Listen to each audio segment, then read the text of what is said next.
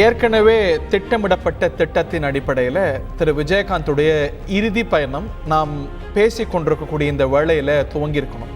ஆனால் திரையில் கூட்டத்தை பார்க்குறீங்க. எப்படியாவது கடைசியாக ஒரு முறை அவருடைய முகத்தை பார்த்துடணும், இந்த நல்ல மனிதருடைய முகத்தை பார்த்திட முடியாதா அப்படிங்கிற ஏக்கத்தோடு எவ்வளவு ஆயிரக்கணக்கானோர் இன்னமும் தீவுத்திடலில் நின்றுட்டுருக்குறாங்கன்னு பார்க்குறோம்.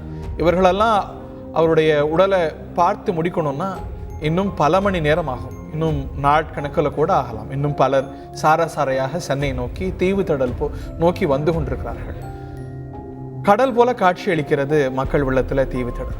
இன்னும் சிறிது நேரத்தில் திரு விஜயகாந்துடைய இறுதி பயணம் தேமுதிக அலுவலகம் நோக்கி தன்னுடைய இறுதி பயணத்தை தொடங்க இருக்கிறது. நேரலை காட்சிகளை தீவுத்திடலிருந்து பார்க்கிறோம்.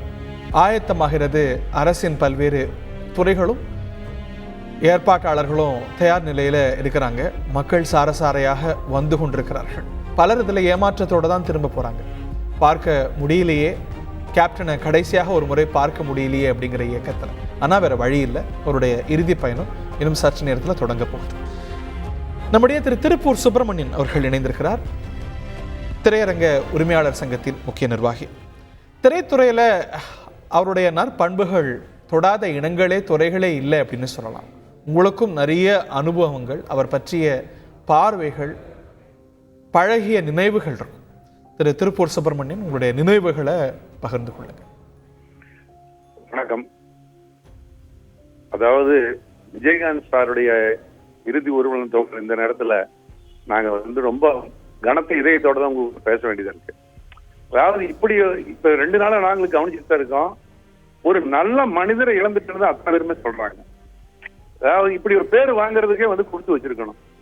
அவருடைய நல்ல காரியங்கள் எல்லா இடத்துலயும் நாங்க திரைத்துறையில் நாங்க இருந்தா கூட, திரையுறவு உரிமையாளராக இருந்தா கூட, அவர் ஒட்டுமொத்த திரைத்துறைக்காக தான் எல்லா வேலையும் செஞ்சாரு. ஒரு நடிகர் சங்க கடன் பிரச்சனையாகட்டும், இல்ல ஏதாவது ஒரு பிரச்சனை சிஎம் கிட்ட போய் சொல்லணும், அவரு கலைஞர் இருக்கிறப்பா இருக்கட்டும், இல்ல ஜெயலலிதா இருக்கிறப்பா இருக்கட்டும், இல்ல இப்ப ஸ்டாலின் சார் இருக்கட்டும், எப்ப இருந்தாலும் சரி அவரை பொறுத்தளவு அப்படின்னு சொல்லிட்டு யாரு முதலமைச்சர் எல்லாம் பார்க்க மாட்டாரு. எதா இருந்ததுனாலும் அந்த பிரச்சனையை கொண்டு போய் நேரில் கொண்டு போய் பேசி நல்லபடியா முடிச்சு கொடுப்பாரு. அப்படிப்பட்ட ஒரு நல்ல மனிதர். எல்லாத்துக்கும் மேல சினிமாவில் ப்ரொடக்ஷன் செக்டார்ல பாத்தீங்கன்னு சொல்லிட்டு அவர் ஆரம்ப காலத்துல படங்கள் நடிச்சிட்டு இருக்கும் போது எந்த படமா இருந்தாலும் எந்த தயாரிப்பாளர்கிட்டையும் சம்பளம் கட்டன் ரேட்டா பேசி முழுமையா அவங்க கொடுக்கணும், கொடுத்தாங்களோ கொடுக்கலையோ ஒரு காலத்துல இதனுடைய படத்தை ரிலீஸ்ல எந்த தொந்தரவும் பண்ண மாட்டார். ரிலீஸ் கண்டிப்பா விஜயகாந்த் படமா உறுதியா வந்துடும், எந்த பிரச்சனையும் கிடையாது. அப்படிங்கிற மாதிரி தான் அவருடைய படங்கள் அத்தனையுமே ரிலீஸ் ஆயிட்டு இருந்தது. அவருடைய படம் கடைசி நேரத்தில் பஞ்சாயத்துக்கு ரிலீஸ் ஆகாத படங்கள் ஒண்ணு கூட கிடையாது. அப்படிப்பட்ட ஒரு நல்ல மனிதர் எல்லா விதத்திலையும் விட்டு கொடுத்து போவாரு. அவருடைய இழப்பு திரைத்துறை இழப்புன்னு சொல்ற மாதிரி திரையரங்குகளுக்கு பெரிய இழப்பு தான். காரணம் எப்படின்னா, எம்ஜிஆருக்கு அப்புறம் திரைத்துறையில் பாத்தீங்கன்னா கடைசி தியேட்டர் வரைக்கும் A centre, B centre, C centre இருக்கு. சில ஆர்டிஸ்ட் கூட ஏ சென்டர் மட்டும் போகும், சில பேருக்கு ஏ பி போகும். இந்த சி சென்டர் ஆடியன்ஸ் இன்னைக்கு நீங்க வந்திருக்கிற கூட்டத்தை பாத்தீங்கன்னா தெரியும். அந்த சி சென்டர்ல இருக்கக்கூடிய மக்கள் விஜயகாந்த் சார் மேல அவ்வளவு அபரிதமான பிரியம் வச்சிருந்தாங்க. விஜயகாந்த் படம்னா திருப்பி திருப்பி படம் போடலாம் தியேட்டர்ல.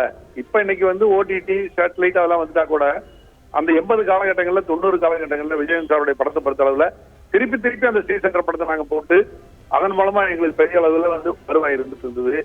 அவரும் அதே மாதிரிதான். எல்லா திரையரங்க உரிமையாளர்கள் எப்ப போய் பார்த்தாலும் நாங்க ஒரு சாதாரணமா பார்க்க முடியும். எல்லாத்து கூட ரொம்ப அன்போட பழகிட்டு இருந்தாரு. அப்படிப்பட்ட ஒரு நல்ல மனிதர். அந்த மாதிரி ஒரு பேர் எடுக்கிறது, நல்ல நடிகர் பேர் எடுத்துடலாம், நல்ல மனிதருங்கிற பேர் எடுக்கிறங்கிறது சாதாரண வேலை கிடையாது. இவர் இந்த பேர் எடுத்திருக்காங்கிறது இன்னைக்கு இவருக்கு வந்திருக்கக்கூடிய, இவர் எந்த பதவியிலுமே கிடையாது. அதாவது ஒரு முக்கிய பதவியில் இருந்தாங்க, பதவியில இருந்து இறந்துட்டாங்க, அவங்களுக்கு கூட்டம் வருதுன்னு சொல்லிட்டு நம்ம என்ன வேணாலும் சொல்லலாம். இவர் அப்படி இல்லை. ஒரே ஒண்ணு நடிகர் சங்க தலைவராக இருந்தாரு, எதிர்கட்சி தலைவராக இருந்தார் ஒழிய வேற எந்த பெரிய பதவியும் அவர் இல்லை.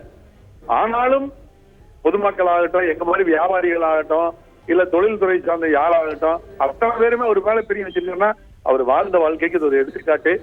அண்ணாருக்கு எங்களது திரையரங்க உரிமையாளர் சங்கத்தின் சார்புடைய எங்களது நெஞ்சார்ந்த நன்றியை தெரிவித்துக் கொள்கிறோம். அவருடைய ஆத்மா சாந்தி அடைய நாங்கள் எங்களுடைய இறைவனை பிரார்த்திக்கிறோம்.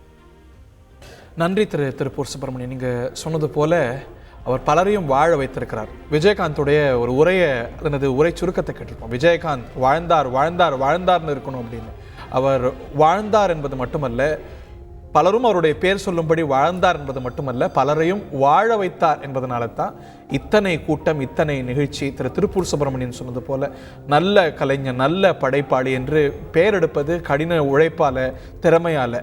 ஆனால் நல்ல மனிதர் என்று எல்லாராலும் போற்றப்படுகிறார், ஆச்சரியங்கள் கடந்து போற்றப்படுகிறார் என்றால் அது எல்லாருக்கும் அந்த பெயர் வாய்க்காது. திரு விஜயகாந்த் ஒரு நல்ல மனிதன் என்ற அடையாளத்தோடு இந்த பூ உலகத்தை விற்று இன்னும் சற்று நேரத்தில் அவருடைய பூத உடலும் கூட விடைபெற இருக்கிறது. செய்திகளை உடனுக்குடன் தெரிந்து கொள்ள உடனே சப்ஸ்கிரைப் பண்ணுங்க.